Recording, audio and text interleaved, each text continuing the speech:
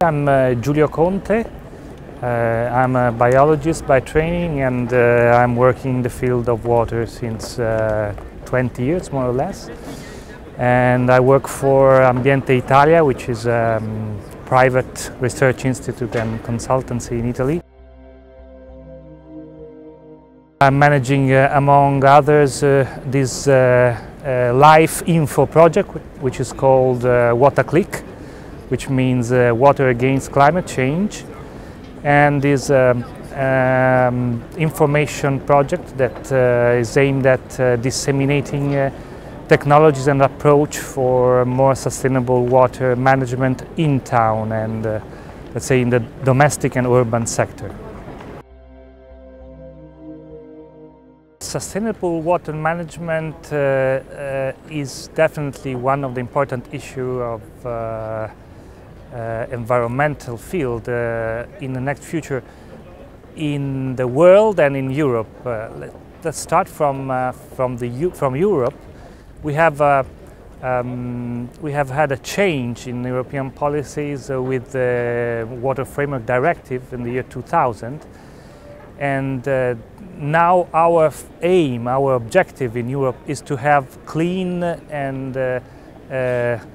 let's say is to have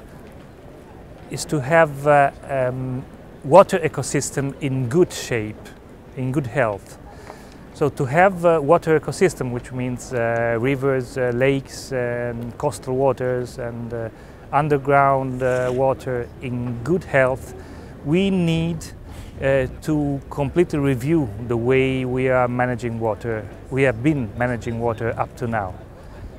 For the urban sector, this means to reduce the quantity of water we're using, and that means also to reduce the quantity of wastewater that will discharge in the environment.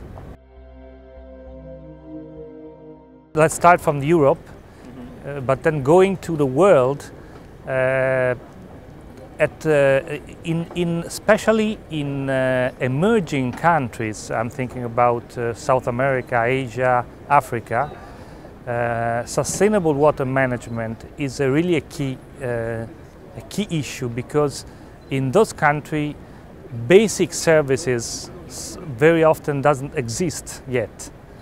So in those countries we can build the water service in a completely different way compared to the western, northern part of the world, that will be much more environmental friendly.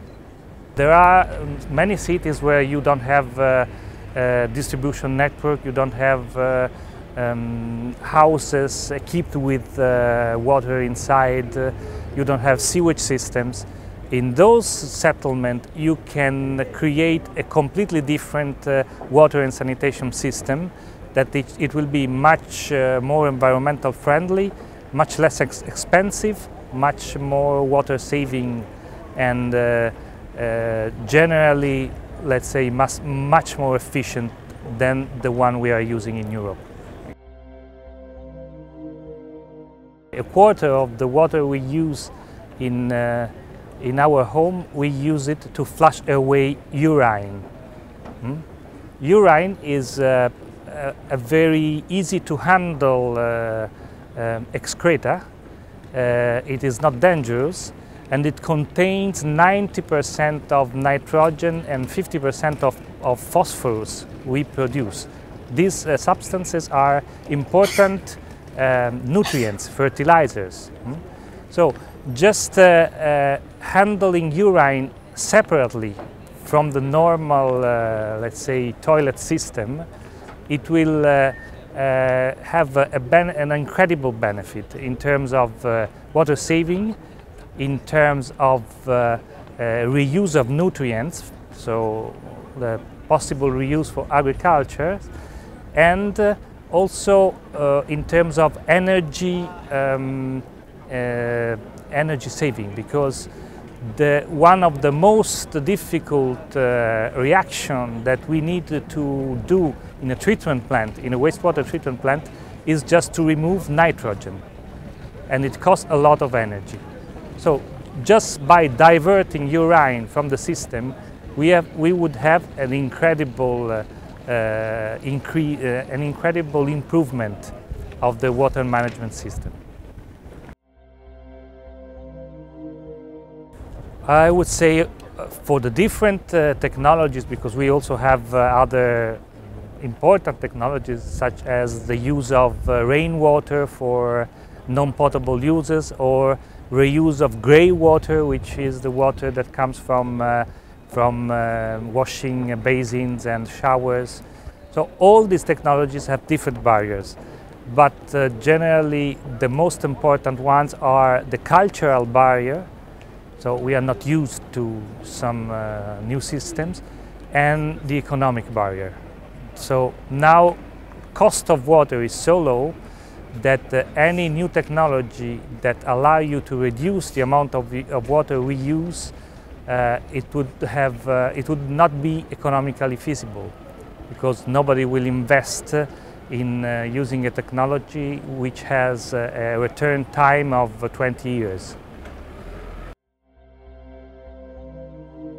How the WaterClick project could help to go in the direction of more sustainable water management in at urban and domestic sector. The WaterClick project is not is just an information project. So we are not testing new technologies. We are just promoting technologies that are already, that we know have been already experimented and tested. What we do is try to promote them. So we are using WaterClick as a way to discuss policies. So one of the final products, the final results of the project will be a policy paper.